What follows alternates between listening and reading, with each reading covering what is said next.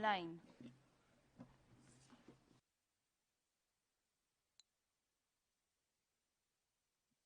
Buenas tardes, expertas y expertos del Comité de la CEDAW. Mi nombre es Reno Fagdul y represento a la Coalición de Derechos Sexuales y Reproductivos.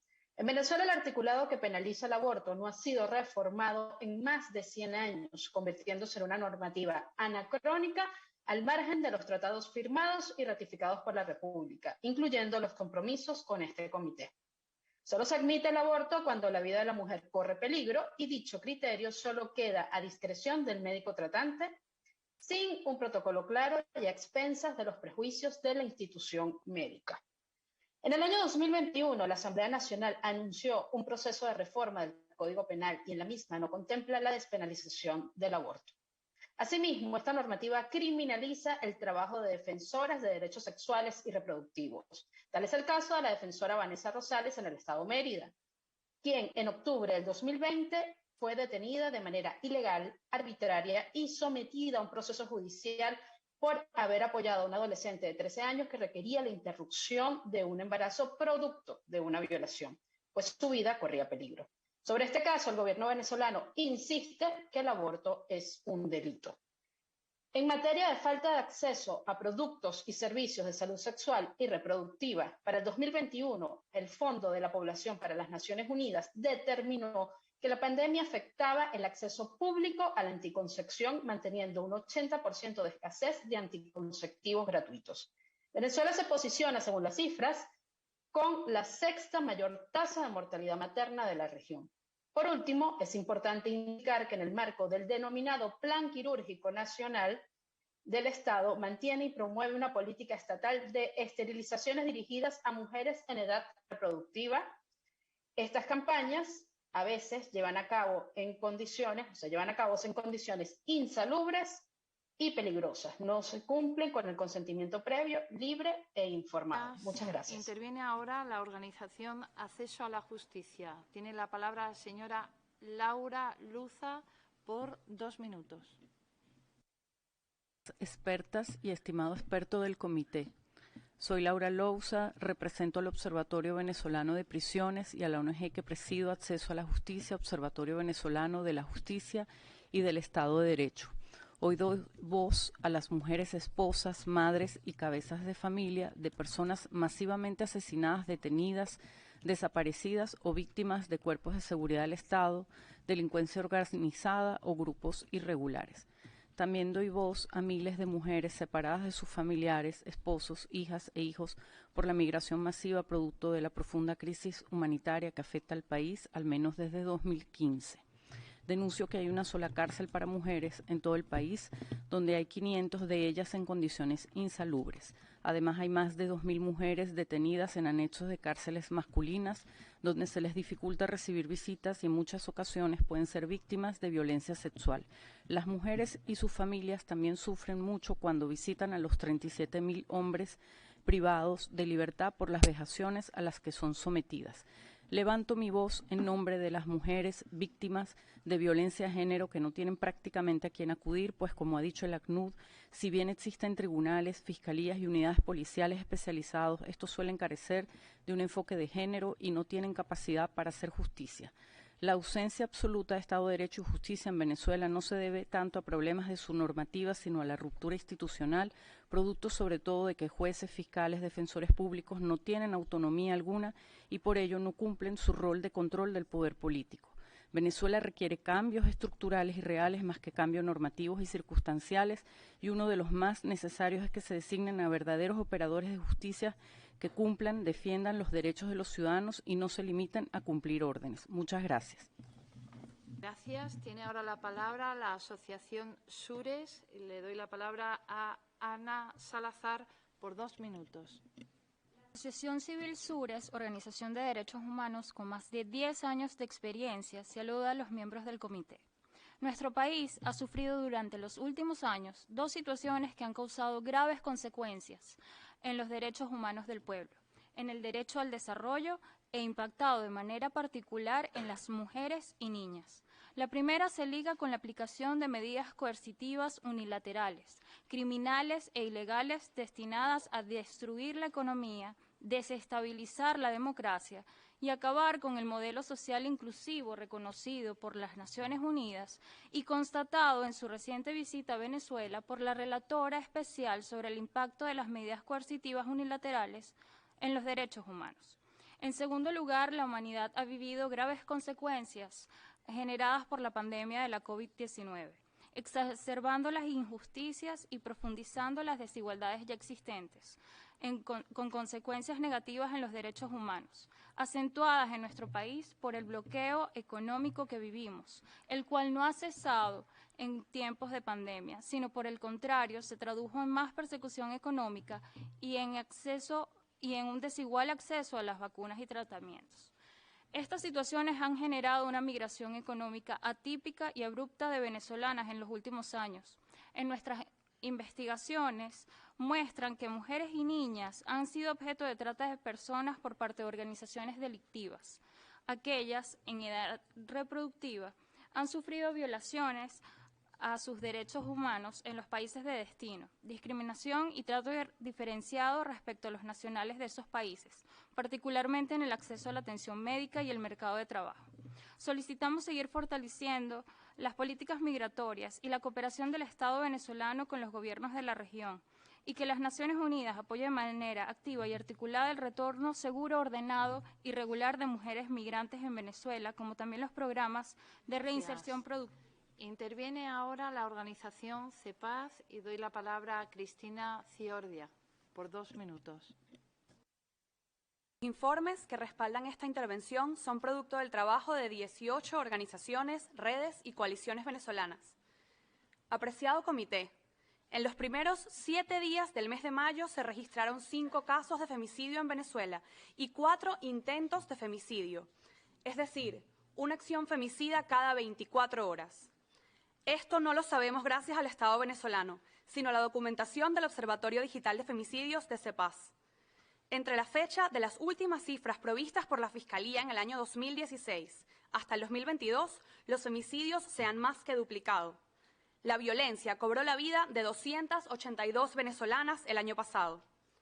El Observatorio Digital de Femicidios busca llenar un grave vacío que deja el Estado, la falta de datos. La opacidad del gobierno hace imposible elaborar e implementar políticas públicas que atiendan a las necesidades de la población que atraviesa una emergencia humanitaria compleja. Este comité instó al Estado a producir y publicar datos desagregados sobre los tipos de violencia contra la mujer. Esta recomendación deliberadamente se ha incumplido. Las cifras presentadas por el Estado en su informe nunca han sido de acceso público, no son verificables y dan cuenta de una tendencia que no se corresponde con lo registrado por las organizaciones independientes. Un ejemplo de ello es la situación de trata de mujeres y niñas. Los datos presentados provienen de diferentes e inconsistentes órganos del Estado que no cumplen con las recomendaciones sobre registro desagregado. La consecuencia, el fiscal general habla de 696 víctimas de trata entre 2017 y 2021. En el mismo periodo, la organización Mulier documentó más de 1.800 casos solo de mujeres y niñas. El Estado calla, pero los defensores de derechos humanos sí recogemos estas historias, las de las víctimas, desatendidas y revictimizadas por un sistema en el que no confían, las de las mujeres migrantes y refugiadas, que son parte de la segunda crisis de movilidad más numerosa del mundo, que el gobierno dice que no existe. El Estado calla, pero las voces de las mujeres... Gracias. Interviene ahora COFABIC. Y doy la palabra a la señora Carla Subero por 2 minutos.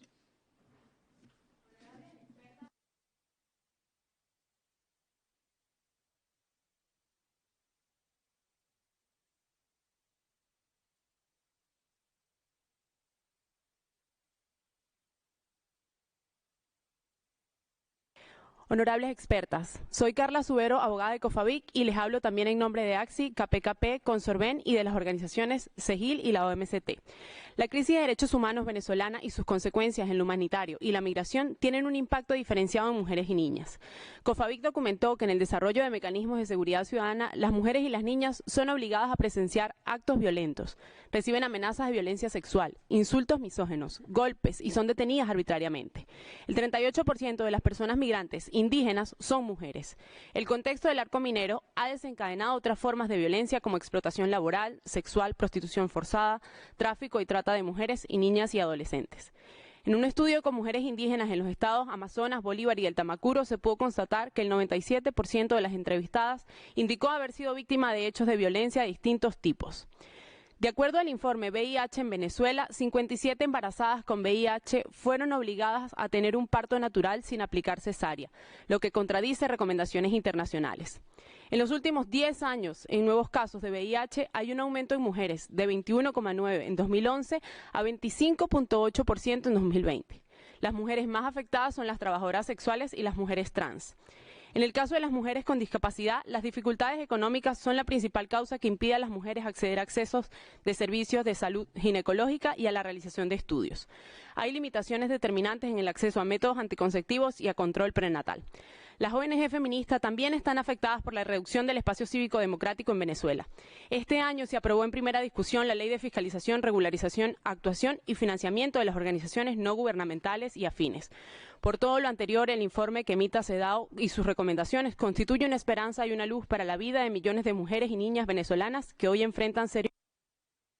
Interviene ahora a continuación en línea la Asociación IRESO Derechos Humanos y doy la palabra a Linda Loaiza por 2 minutos.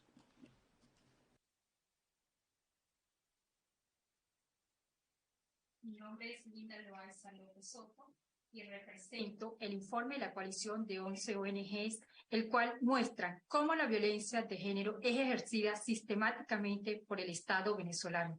Somos 4 familias que agrupan 83 víctimas y sobrevivientes, directas e indirectas, de los horrendos crímenes de los que hemos sido objeto. Desde 1996 buscamos justicia por ejecuciones extrajudiciales, desapariciones, tortura, esclavitud sexual y violencia de género. Todas estas familias logramos sentencias de la Corte Interamericana de Derechos Humanos condenando al Estado venezolano, quien ha sido indiferente en el cumplimiento de estas sentencias. Mi caso, familia López Soto, es la primera sentencia del sistema interamericano que condena al Estado venezolano por violencia de género, al tolerar hechos atroces cometidos por un particular. Desde el 2018 no se ha realizado ninguna acción para cumplir las medidas de reparación ordenada.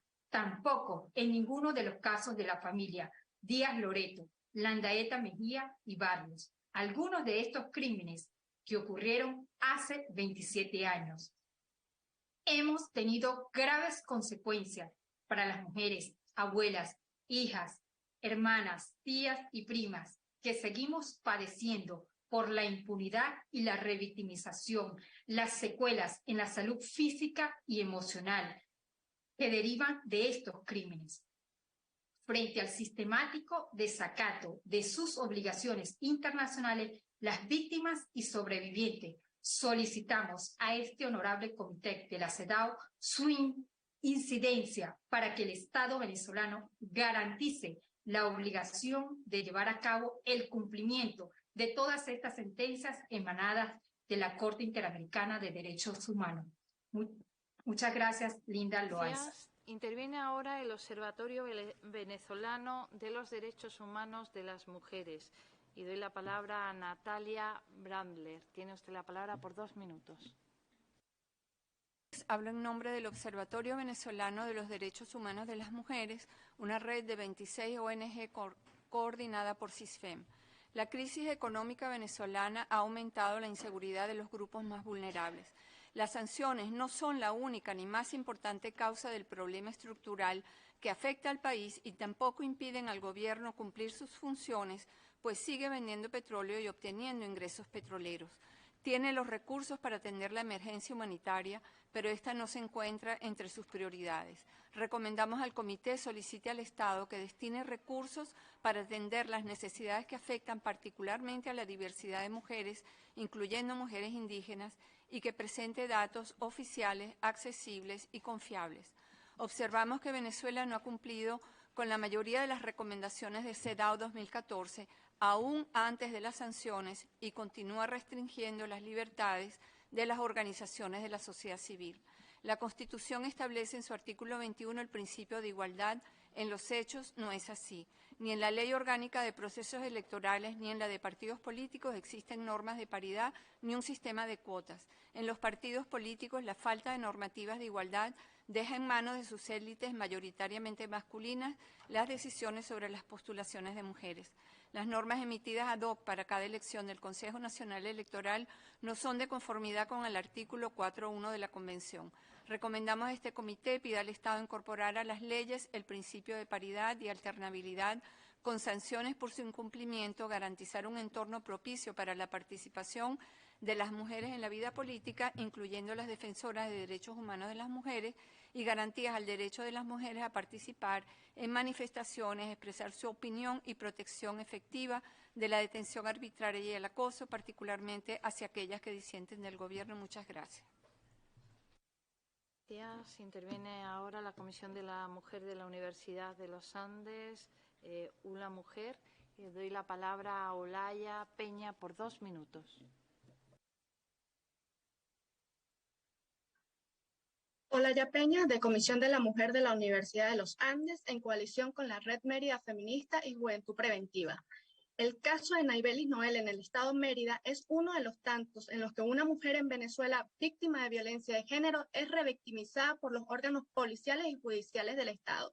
Naybelis Noel fue privada de su libertad el 17 de agosto de 2019 tras ser acusada injustamente de la comisión por omisión del infanticidio de su hijo de 19 meses de nacido, perpetrado ese mismo día por su expareja, y estigmatizada en los medios de comunicación por los agentes del Estado como la cómplice en el homicidio de su hijo.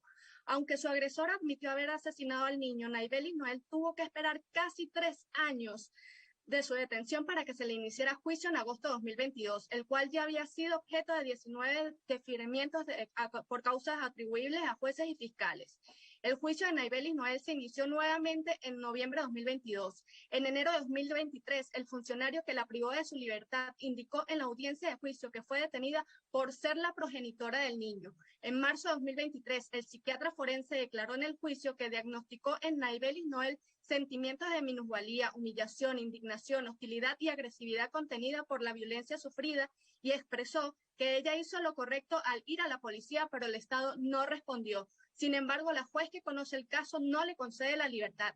Esta situación ocurre a pesar de que el Estado reconoce las formas interrelacionadas de discriminaciones específicas contra las mujeres en situaciones de especial vulnerabilidad, al consagrar la violencia de tipo multicausal como todo acto fundamentado en motivos discriminatorios tales como rasgos fenotípicos, etnia, raza, color, linaje, condición de discapacidad, de salud, edad, orientación sexual, identidad de género, expresión de género o cualquier otro motivo. Gracias. Gracias. Interviene ahora la Fundación Género con Clase y doy la palabra a la señora María Hernández Royet. Tiene usted la palabra por 2 minutos. Muy buenas tardes a todas y todos.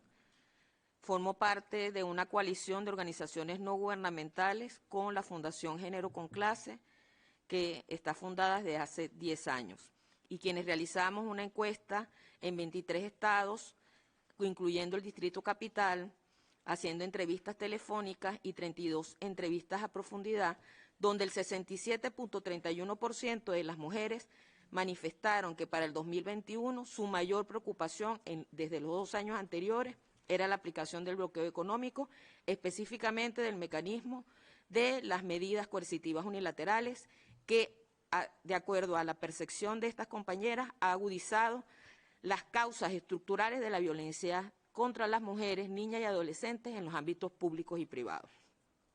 La contracción de los ingresos económicos motivado a esta situación de bloqueo económico y aplicación de medidas coercitivas unilaterales genera condiciones que potencian formas y delitos de violencia en los hogares.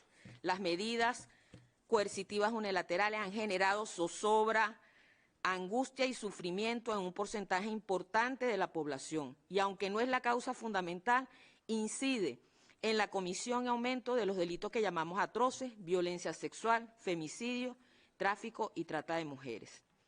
También estas mujeres han manifestado su preocupación de que las instituciones públicas no tienen los recursos suficientes para dar una respuesta eficaz. Sin embargo, Celebramos la segunda reforma parcial de la Ley Orgánica sobre el Derecho de las Mujeres a una vida libre de violencia, cuyo objetivo principal es garantizar la progresividad de ese derecho a una vida libre de violencia y ayuda a las mujeres, especialmente con discapacidad. Recomendamos que se promulgue el reglamento de esta ley, un plan nacional de femicidio, establecer un sistema de fácil acceso de indicadores que den cuenta de la aplicación de las políticas públicas, el acceso a datos. Muchas gracias. Lamento cortarla. Tiene ahora la palabra el Movimiento Feminista Popular Lida Franco Farías. Doy la palabra a Laura Franco por 2 minutos. Muchas gracias por la oportunidad, señora presidenta. La aplicación ilegal y extraterritorial de las medidas coercitivas unilaterales casi una década en Venezuela han propiciado el desmejoramiento de la calidad de vida de mujeres y niñas. El derecho a la salud es uno de los más afectados porque las medidas coercitivas unilaterales imponen serias restricciones a las importaciones de equipos e insumos médicos, medicamentos, vacunas, anticonceptivos, medicamentos para enfermedades crónicas y graves, como por ejemplo el cáncer, que es la principal causa de muerte en Venezuela, es el cáncer de mama y de cuello uterino. A partir del 2017, las MCU han dificultado la adquisición y distribución universal de la terapia antirretroviral imprescindible para el tratamiento de VIH y los reactivos necesarios para hacer las pruebas de detección. Es importante, en este contexto, evidenciar los graves y diferenciados efectos que esta situación genera en los grupos más vulnerables, como por ejemplo las mujeres con alguna discapacidad. Las organizaciones que acompañan estos casos dan cuenta del fallecimiento de mujeres con discapacidad afectadas por complicaciones en el acceso a medicamentos constantes, úlceras por decúbito y escaras, por ejemplo. Recomendamos al Estado crear y fortalecer políticas de cuidados con enfoque interseccional e integral, garantizar presupuestos sensibles al género, incorporar los anticonceptivos en la lista de medicamentos esenciales.